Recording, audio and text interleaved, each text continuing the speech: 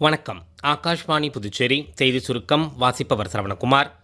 குடியரசுத் தலைவர் திருமதி திரௌபதி முர்மு இன்று புதுடெல்லி குடியரசுத் தலைவர் மாளிகையில் நடைபெற்ற விழாவில் பல்வேறு துறைகளில் புகழ்பெற்ற 68 பேருக்கு 2025ஆம் ஆண்டிற்கான பத்ம விருதுகளை வழங்கி சிறப்பித்தார்.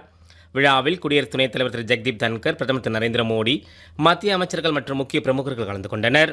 இந்தியாவிற்கு எதிரான பாகிஸ்தானின் நிழல் யுத்தம் என்பது உண்மையில் நன்கு திட்டமிடப்பட்ட போர் தந்திரம்தான் என்று பிரதமர் திரு நரேந்திர மோடி கூறியுள்ளார்.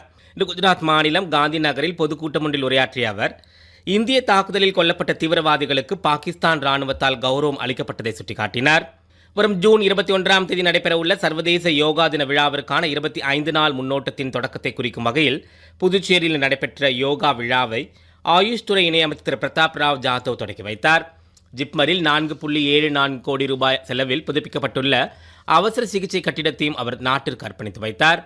ஏனாம் பகுதியின் மேட்டக்கூர் கிராமத்தில் புதுச்சேரி அரசின் டெல்லி சிறப்பு பிரதிநிதி திரு மல்லாடி கிருஷ்ணராவ் மற்றும் ஆதரவாளர்களின் ஏற்பாட்டில் இன்று நடைபெற்ற 12 ஓவர் கிரிக்கெட் போட்டித் தொடரில் 18 அணிகள் கலந்து கொண்டன.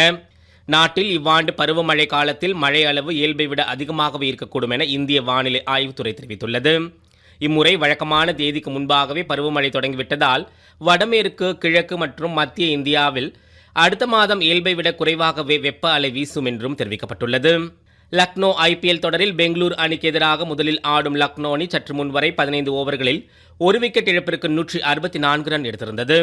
மத்திய நேரடி வரிகள் வாரியம் இவ்வாண்டு வருமான வரி படிவங்களை தாக்கல் செய்வதற்கான கடைசி தேதியை ஜூலை 31ஆம் தேதியிலிருந்து செப்டம்பர் 15ஆம் தேதியாக நீட்டித்துள்ளது.